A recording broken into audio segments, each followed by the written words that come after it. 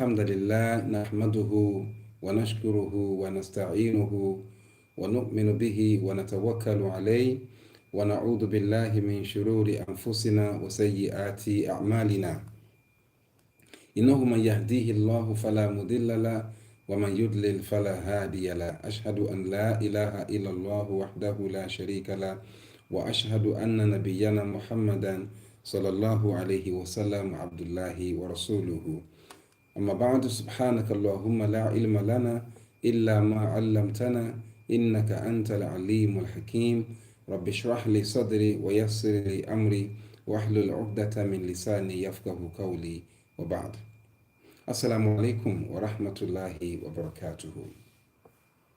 Indeed, all the thanks and all the praises are due to Allah the Almighty, who has granted us yet another opportunity of being together tonight on the program Family Hour.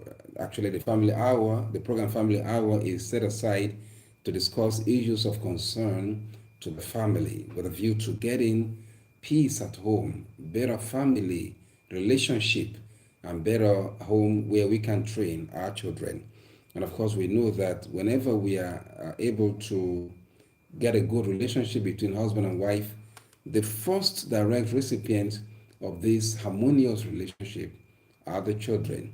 And what happens to the children when they are well trained, when they are well brought up, when they have a home that we can call a home, then those children will go into the society and do marvelously well. So this, chain reaction or the ripple effect, in a kind of a positive cycle will continue and the society will eventually benefit from it. So I pray Allah for you and myself that Allah will make our homes to be having of peace and serenity. Having said that, tonight we shall be talking about the topic women as husbands. There's a question mark here. Are we construing women as husbands in the house, or we're construing women as wives to their husbands? And this topic tonight is not aimed at gaslighting women, but it is aimed at bringing into our reality certain development in the home front that can affect the peace at home. And if you look at it, what differentiates a house from a home is because the house is a structure, but a home, gives the quality of life, the quality of the livingness in that home. So we call it a home.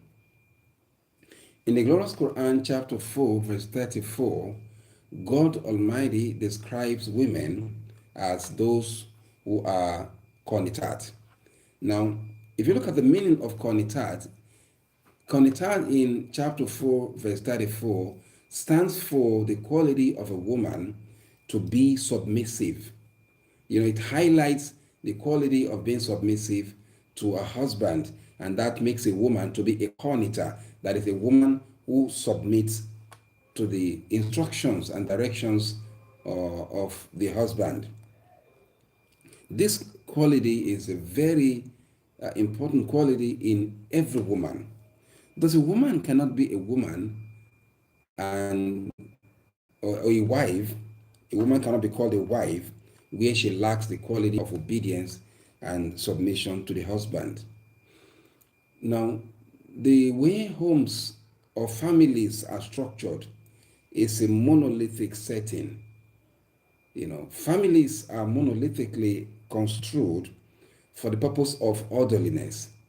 A home is a home because there is order. Order because there is one head, that is husband, and from him comes the other echelons, the husband, the wife, then the children. So direction comes in here. Organization comes in here. Instruction comes from only one head, that is the husband.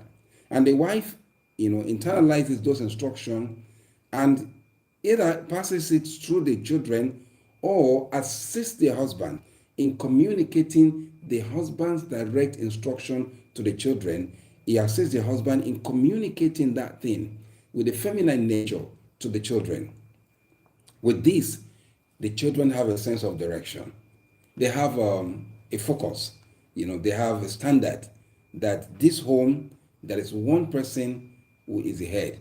So that is the monolithic construct here. So in other words, the home cannot be construed from a diarchy or diarchical perspective, whereby the instructions are coming from two ends. The husband gives instruction and the wife counters the instruction and gives her instruction. Or the husband gives instruction when it's around. As soon as he turns his back, the wife gives a counter instruction. With that, we're going to have confusion in the home.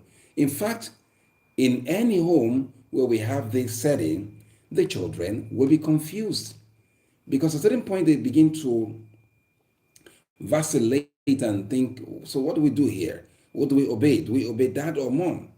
Because they discover that anytime dad gives an instruction and that goes away, mom does contrary to what dad says. So the confusion here makes the children not to have proper training and direction in life. So we're saying that the home should be construed in a monolithic manner in order that there might be orderliness. Furthermore, when you have a woman as a husband, it robs off the peace in a home. When you construe a woman as a husband, that it would put in a question mark. Do we construe a woman as a husband? If we do, then we're going to be having a husband who will not have peace in the home front. For example, the home in Quran chapter 24, about verse 23 or 33, I can't remember now, God Almighty tells us that the home has been made because of peace. Let us kunu ilayha. In order that the husband might have a place of rest, a place of peace. And of course, ditto for the wife. In order that the wife might have a place of rest and peace. Where there is competition, the home cannot become a home of peace. Because actually competition robs off the peace in the home. So whenever a woman in the home does not have this idea of obedience or submission to the husband, she stands as another husband. And that's what we say, woman as a husband. So where a woman stands as a husband, by so doing, she denies the home of the peace it deserves. And how does that happen?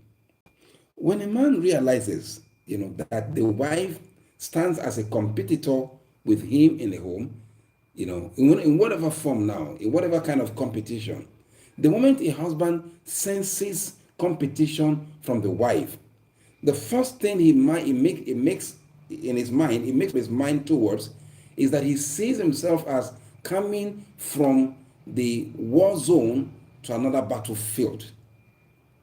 So he sees the home as a battlefield where he's coming, he's done with the battle, it's going to be faced with another battle. So here, the husband sees the home as a place to wrestle with the woman who's supposed to be a wife, but now posing herself as a husband. Now, when the husband comes with this mindset, is ready, is bellicose, and the bellicosity makes him to always want to fight, resist, because he sees the husband as a resistant person. He sees the wife as a resistant person and construe it as, I am living with another man in the home. So when this happens, there is a problem because the husband comes home always battle ready.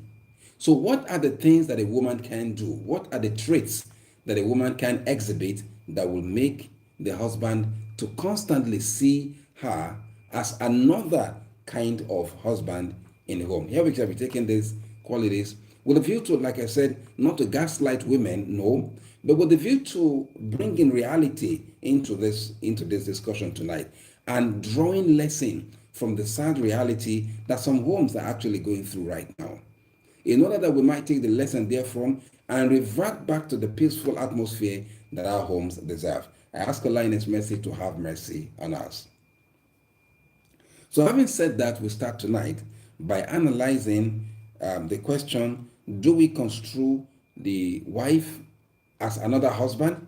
Where this happens, let us take a look at the qualities that can make a man to construe the wife as another husband. Whenever a woman exhibits certain traits, the sense, there is a perception in the man that makes him to see the wife as another husband. Number one,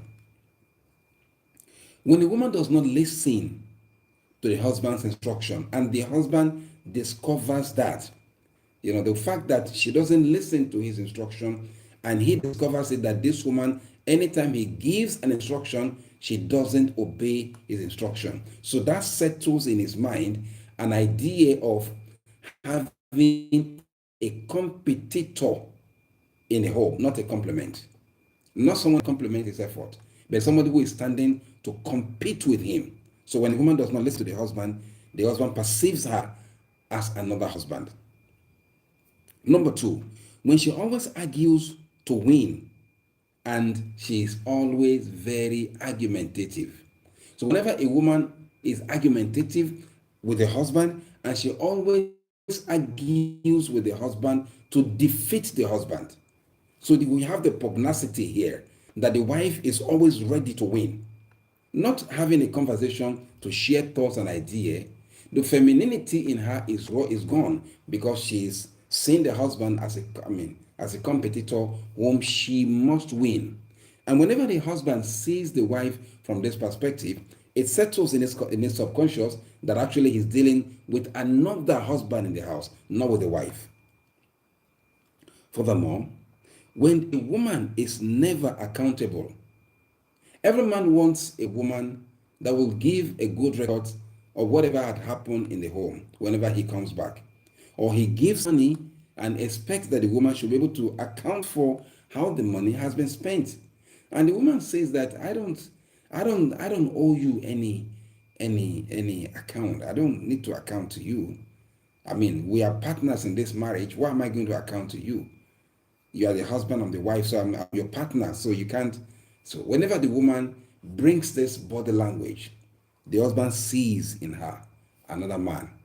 And somebody tells me that even when this happens, it affects the performance of the husband in the other room. Because when the husband and wife are in the bedroom together, there is a touch of femininity the husband has, that I'm sleeping side by side or I'm lying side by side with my wife. But the moment he senses that here is another kind of man in the house that I need to fight with, it affects his performance level in the bedroom. So when a woman is not accountable or feels herself as being unaccountable to anyone, this numero uno idea makes the husband to see her as another husband in the house.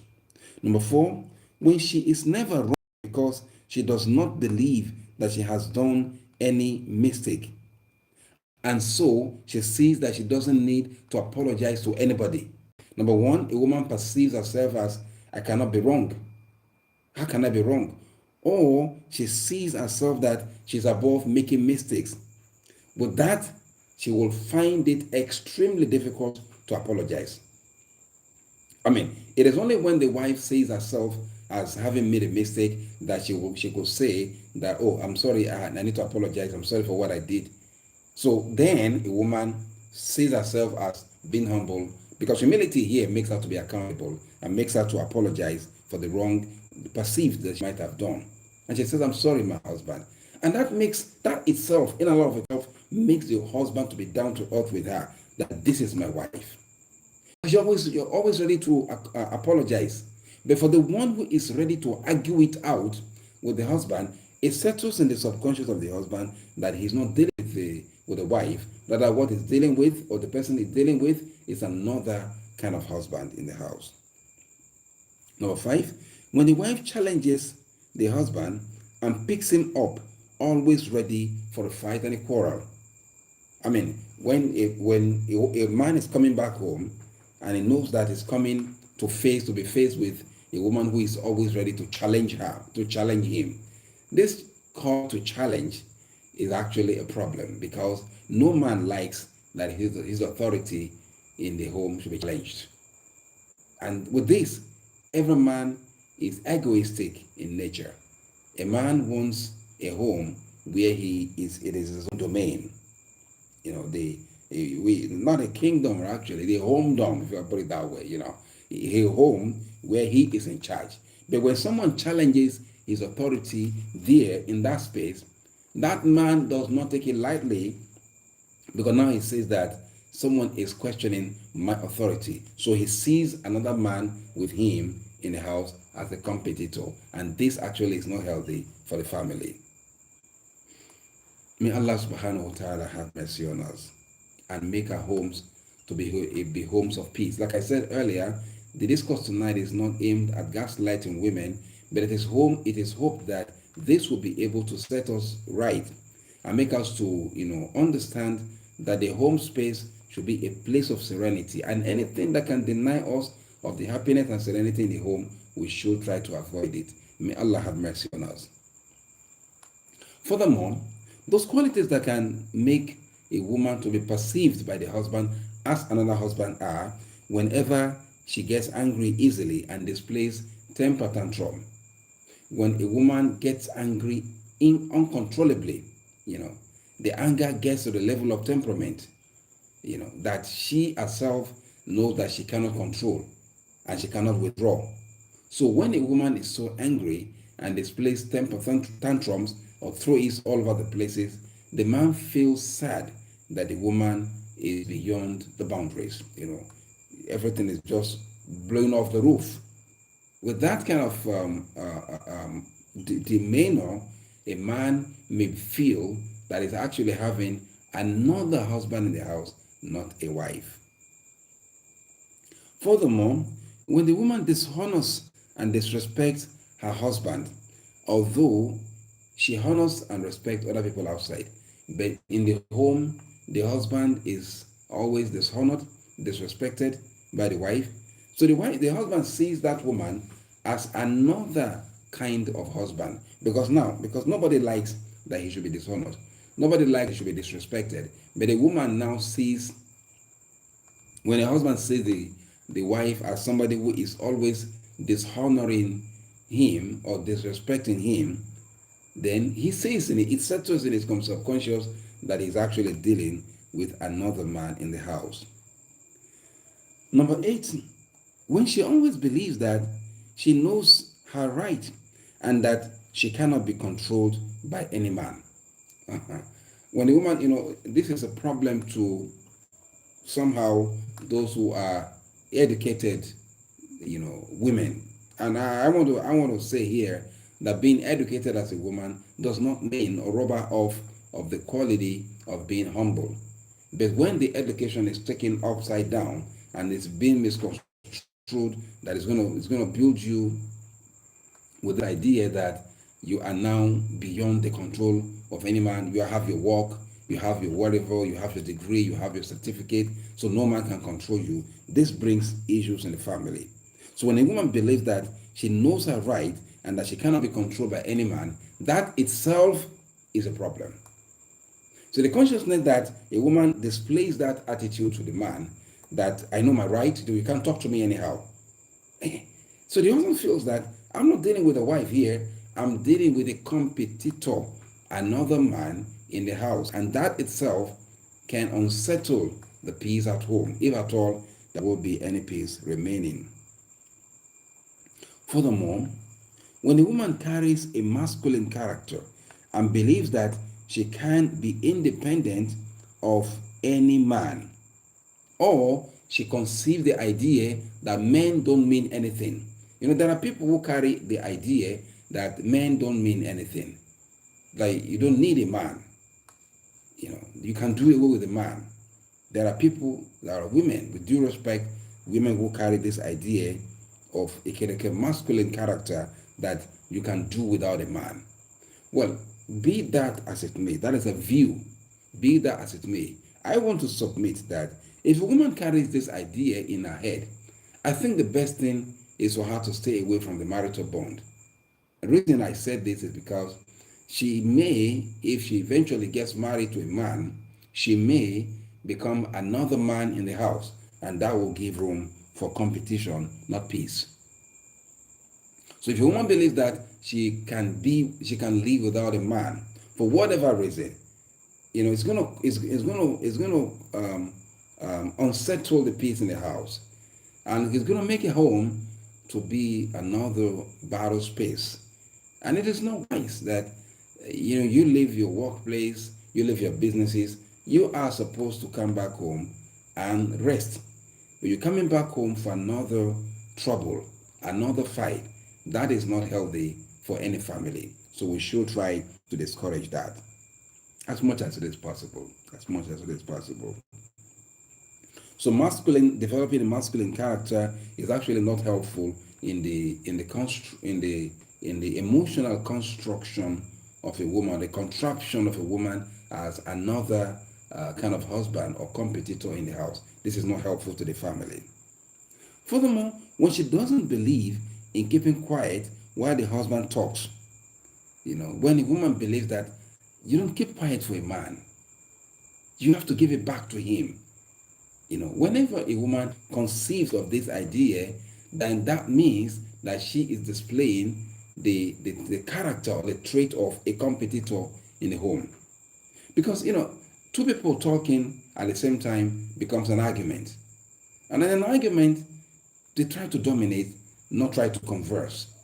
Because each person brings up, a case to win the other party. So when you try to win me, I try to win you in a marital bond, it is not healthy. Rather, what the right thing to do is that one person speaks, the other person listens. And in this case, like within the framework of our discourse tonight, I expect that when the husband speaks, the wife should listen. And of course, at the other turn, the wife too can ventilate her view. May Allah have mercy on us. And actually, dear viewers, it is important for us to understand that, like I said earlier, this discourse tonight is not aimed at gaslighting women, but to bring to the fore part of the things that can bring problem to the home front, so that we can have a home that we can truly call a home. If for nothing, at least in the interest of our peace of mind. We need peace at home. Because when we have peace at home, we will recharge our energy. We go back to our places of work, our businesses, and we will perform wonderfully well. Without this, then we can't have peace in the home. Furthermore, when a woman doesn't believe that she should be humble to any man, humility is rubbed off.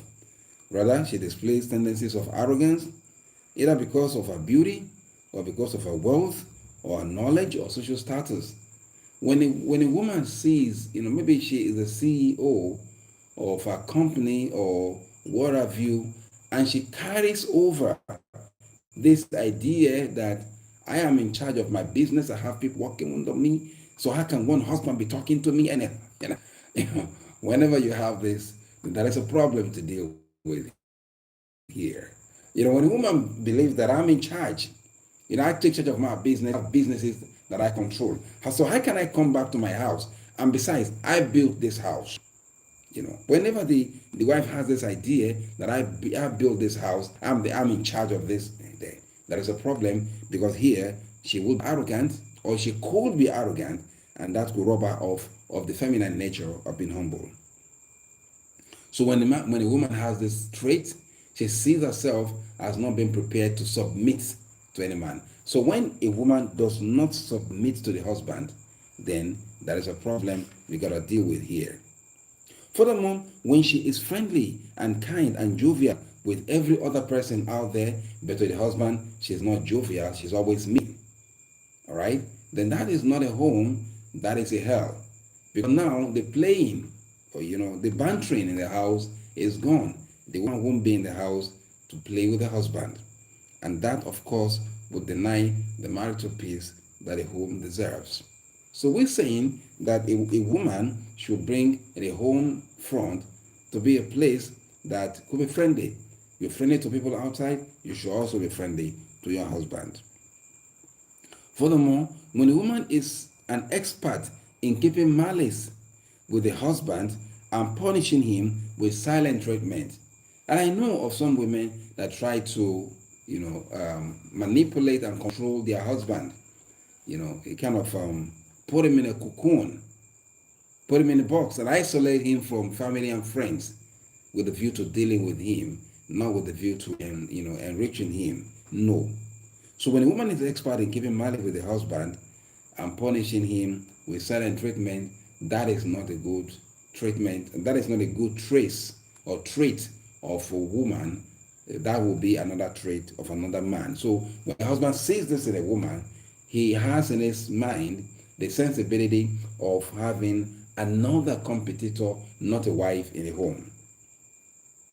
And then before the last point, when a woman gives no attention to husband but readily available to others outside, including her online friends, so a woman is not available to discuss, no conversation with the husband, but could converse with any other person, but is not ready to have conversation with the husband, then that might make the man to see in her the sensibility of competing with another man in the house.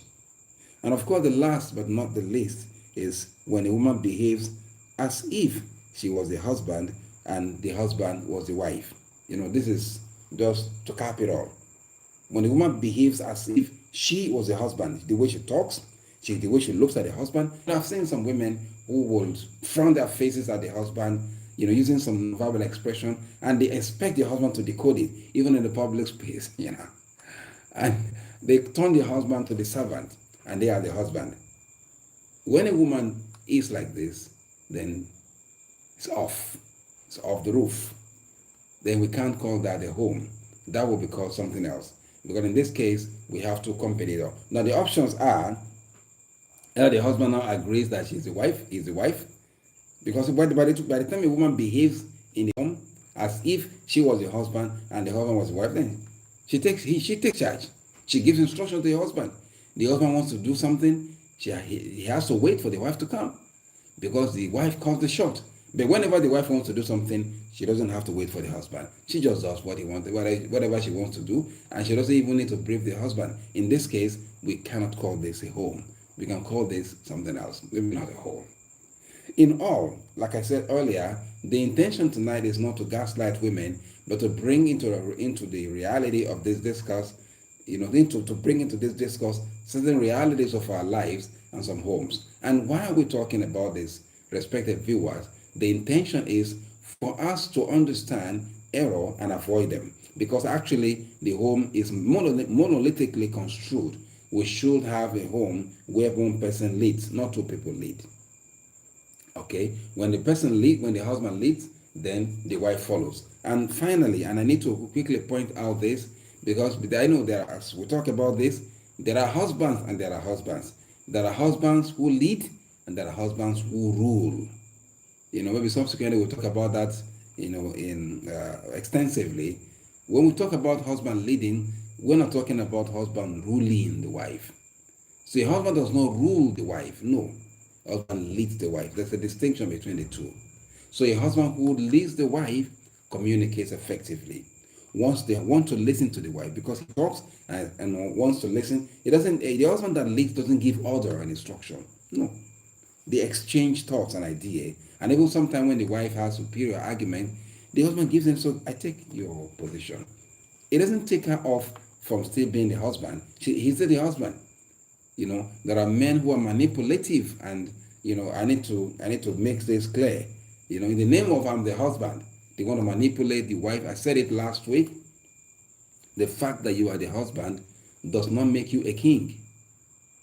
Does not make you enslave your wife. And it doesn't also mean that the wife does not have right over her property. I mentioned like this last week, that the wife has the right over her property, although she still lives under the husband. In other words, she has the right over the things that belong to her. And with due respect, as a submissive wife, she discusses with the husband. My husband, this is what I want to do with this property that I have. And a good husband will not be manipulative. Because I know a lot of men out there are so manipulative, they want to just use some antics and shenanigans to guilt trip the woman and make her to swindle her under their sway and control her and usurp her wealth. These are, remember when we talk about gold diggers' husband, these are gold diggers, no husband here. I ask Allah in His mercy to bless us all and give us the peace and happiness in our homes and make us to succeed as good husband and wife, because the society beckons on us. We're going to grow children that will go out there and do fantastically well in the larger society. I pray Allah for you and myself that Allah will bless us all with good homes, inshallah. Ameen. I want to sincerely thank you all for sticking around with us tonight. Time will not permit me to go through like I did yesterday, with a view to going through some of the messages that have been sent, but I really, really appreciate all the messages and all the comments. Jazakumullahu khairan. Wassalamu alaikum wa rahmatullahi wa barakatuh.